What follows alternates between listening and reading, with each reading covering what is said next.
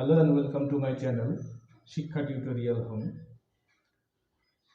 আজকে আমরা অন্য একটি কবিতা নিয়ে আলোচনা করব। আমাদের আজকে কবিতা হলো Shall I compare thee to a summer's day, Sonnet 18, written by William Shakespeare। William শেক্সপিয়ারের লেখা সনেট 18, এই সনেটটি Shall I compare thee to a summer's day এটি আমাদের উচ্চ মাধ্যমিক সিলেবাসে রয়েছে এবং তার পাশাপাশি কল্যাণ ইউনিভার্সিটির ফার্স্ট সেম থার্ড সেম এলসিসিতে রয়েছে। তাহলে শুরু করি। আশা করি আমার এই ভিডিওটি যারা উচ্চ মাধ্যমিক দেবে এবং যারা থার্ড সেম কল্যাণ ইউনিভার্সিটির এলসিসি পড়ছে তাদের কাজে লাগবে, এবং অবশ্যই কমেন্ট করে জানাবে যে কেমন লাগলো। যদি কোনো জিজ্ঞাসা থাকে এখানটায় কমেন্ট করবে।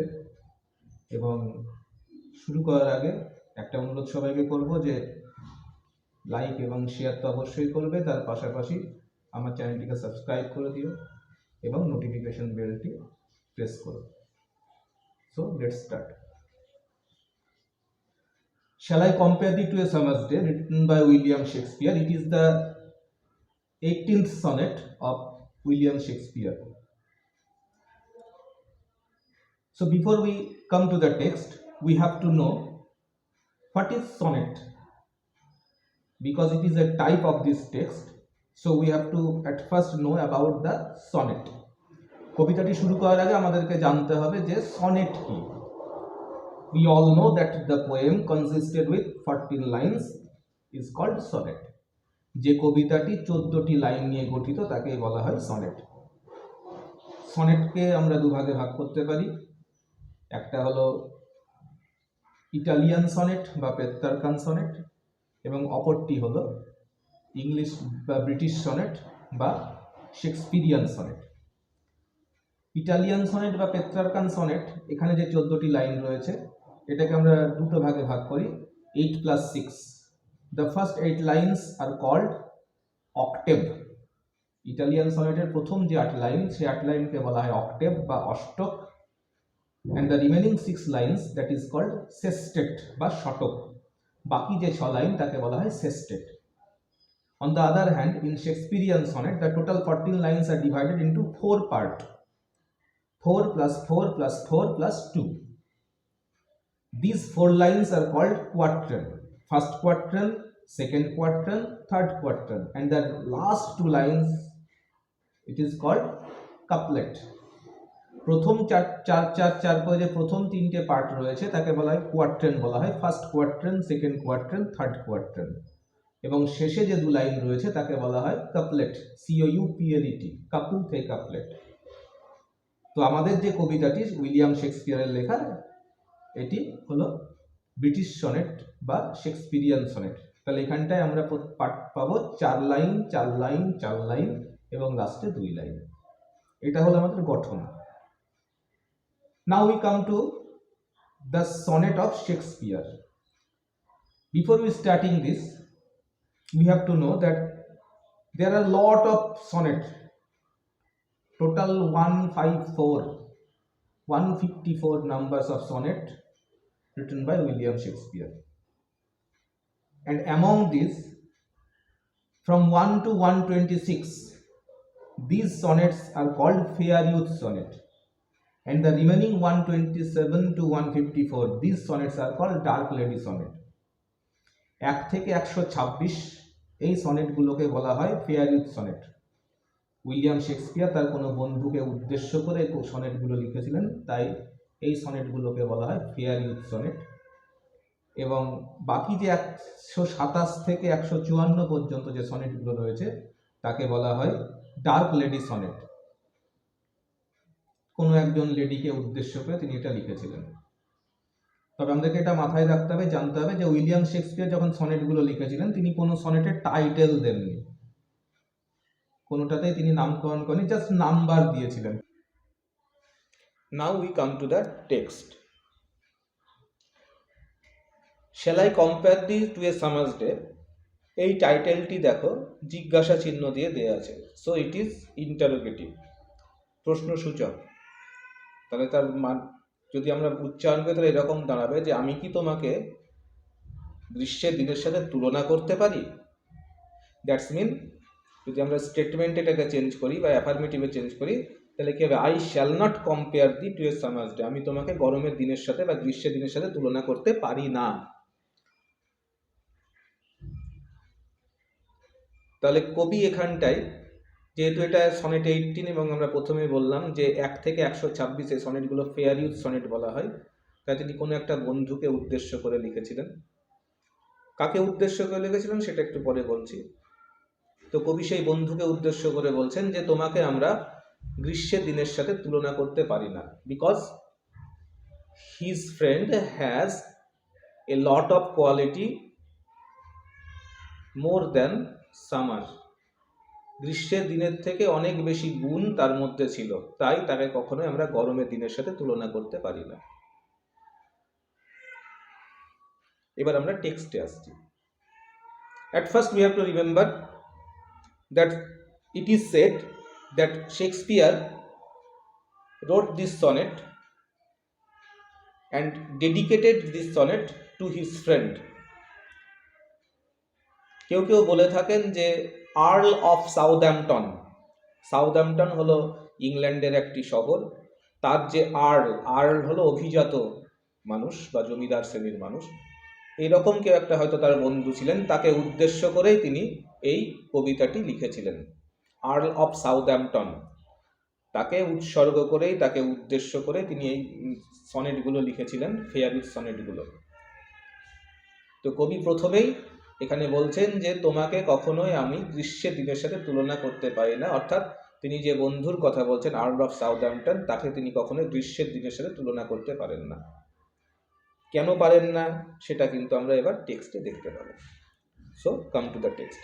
Shall I compare thee to a summer's day? Thou art more lovely and more temperate.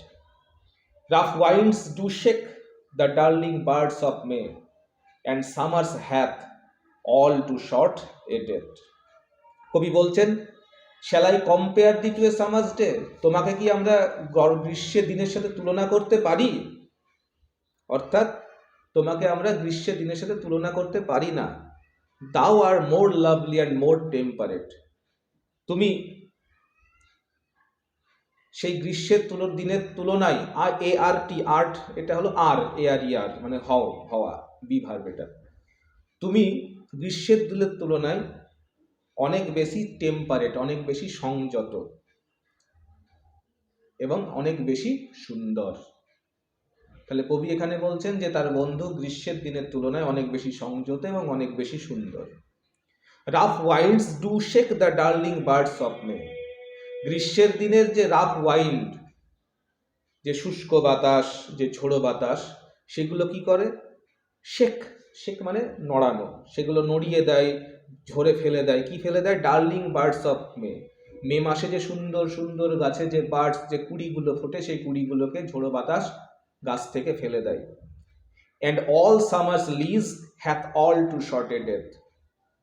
এবং সামার্স লিজ অর্থাৎ সামারের যে সময়কাল, গ্রীষ্মের যে স্প্যান, সেটা হলো খুব অল্প। আমাদের গরমের দেশে, মানে এই সমস্ত দেশে, ভারত মহাদেশে মানে ভারতের উপমহাদেশে গ্রীষ্মকাল অনেক বড় হয়, অনেক দিন ধরে চলে, 5 মাস 6 মাস। কিন্তু ইংল্যান্ডে তো গ্রীষ্মকাল খুব অল্প হয়। তো সেই গ্রীষ্মকালের যে ভলিউম, সেটাকে কবি ভাবছেন, তুলনা করেছেন যে প্রকৃতির কাছ থেকে যেন সময়টা যেন লিজ নেওয়া হয়েছে, ধার নেওয়া হয়েছে। তাই বলছে সামার্স লিজ, সামারের যে লিজ, সামারের যে সময়কাল সে নিয়েছে, hath all too short a date, খুব অল্প সময়। Sometime too hot the eye of heavens shines, and often is his gold complexion dimmed. কবি এখানটাই বলছেন যে গ্রীষ্মকালের আর একটা বৈশিষ্ট্যের কথা তিনি বলছেন যে sometimes too hot the eye of heaven shine. Eye of heaven means sun, eye of heaven বলতে সূর্যকে বোঝাচ্ছেন। তাই বলছেন যে কখনো কখনো আই অফ হেভেন বা সূর্য অত্যন্ত গরম হয়ে, অত্যন্ত উষ্ণ হয়ে সে আলো দেয়। And often is his gold complexion deemed, এবং প্রায়শই তার যে গোল্ড কমপ্লেকশন, তার যে গায়ে সোনালি রং, সেটা কি হয়, আবছা হয়ে যায়, ডিম হয়ে যায়। ডিম মানে আবছা হওয়া, অন্ধকারাচ্ছন্ন। দেখবে আমাদের বাড়িতে রাত্রের যে নাইট ল্যাম্পটা আমরা জ্বালাই, আমাদের মানে কাকা বা ঠাকুমাইরা বলে ডিম লাইট বলতো আগে, আগেকার যুগে। ডিম লাইট মানে হলো আবছা আলো, অন্ধকারাচ্ছন্ন। তো কবি বলছেন যে সূর্যের তেজ কখনো কখনো বাড়ছে, আবার কখনো কখনো কমছে। And every fair from fair sometimes declines. And every fair from fair, এখানটায় দুটো ফেয়ার কথা বলা হচ্ছে। প্রত্যেকটি ফেয়ার, প্রথম ফেয়ার হলো অ্যাডজেক্টিভ, সৌন্দর্য, সরি প্রথমটা হলো নাউন, প্রথমটা হলো ফেয়ার হলো noun. And from fair, from fair বলতে ফেয়ারি থিংস, দ্বিতীয় ফেয়ারটা হলো অ্যাডজেক্টিভ, সুন্দর বস্তু থেকে। তাই সুন্দর বস্তু থেকে সুন্দরতা কি হয়, সামটাইম ডিক্লাইন্স, সেটা ক্ষয়ে যায়, সেটা শেষ হয়ে যায়। অর্থাৎ পৃথিবীর সমস্ত সুন্দর বস্তু থেকে তার সৌন্দর্য ক্ষয়ে যায়, শেষ হয়ে যায়। বাই চান্স, বাই চান্স হতে পারে। Or nature's changing course untrimmed, বা প্রকৃতির যে চেঞ্জিং কোর্স, প্রকৃতির যে পরিবর্তন, সেই পরিবর্তনের জন্য প্রকৃতির নিয়মে সেই সুন্দরতা সুন্দর বস্তু থেকে শেষ হয়ে যায়। But thy eternal summer shall not fade, কিন্তু তোমার যে চিরন্তন সামার, মানে এখানে সামার বলতে সৌন্দর্যকে বোঝাচ্ছে, তোমার যে চিরন্তন সৌন্দর্য শ্যাল নট ফেড, সেটা কখনো ফেড হবে না, সেটা কখনো শেষ হবে না, সেটা একই থেকে যাবে। নর লোজ পজেশনস অফ দ্যাট ফেয়ার দাও ওস্ট, OWST, ওস্ট মানে ওন, যেটা তোমার নিজস্বতা, পজেসিভ নাউন এটা। তোমার যে ফেয়ার রয়েছে, তোমার নিজস্ব যে সৌন্দর্য রয়েছে, সেটা কখনো লস হবে না। নর শ্যাল ডেথ ব্র্যাগ দাও ওয়ান্ডার্স ইন হিজ শেড, মৃত্যু কখনো বড়াই করবে না যে সে তোমাকে তার ছায়াতে নিয়ে এসছে। আমরা জানি যে মৃত্যু এমন একটি জিনিস যে পৃথিবীতে সমস্ত জীবিত মানুষকে, এক জীবিত সত্তাকে একদিন মৃত্যুর করাল থাবায় যেতে হবে, মৃত্যুর আশ্রয় নিতে হবে। কিন্তু মৃত্যু কখনো বড়াই করতে পারবে না যে তোমাকে সে নিজের মধ্যে আশ্রয় দিয়েছে, অর্থাৎ তুমি মৃত্যুহীন, you are immortal. When in eternal lines to time thou growest, এবং সময়ের সাথে সাথে এই যে ইটার্নাল লাইন্স, এই যে শাশ্বত যে লাইনগুলো রয়েছে, এখানটায় কবিতার লাইনের কথা বলা হয়েছে, সেই লাইনের মাধ্যমে, সেই কবিতার লাইনে দাও গ্রোস্ট, তুমি গ্রো করবে, তুমি বেড়ে উঠবে, অর্থাৎ তোমার মরণ নেই, তুমি এই কবিতার লাইনের মধ্যেই যেন বেঁচে থাকবে।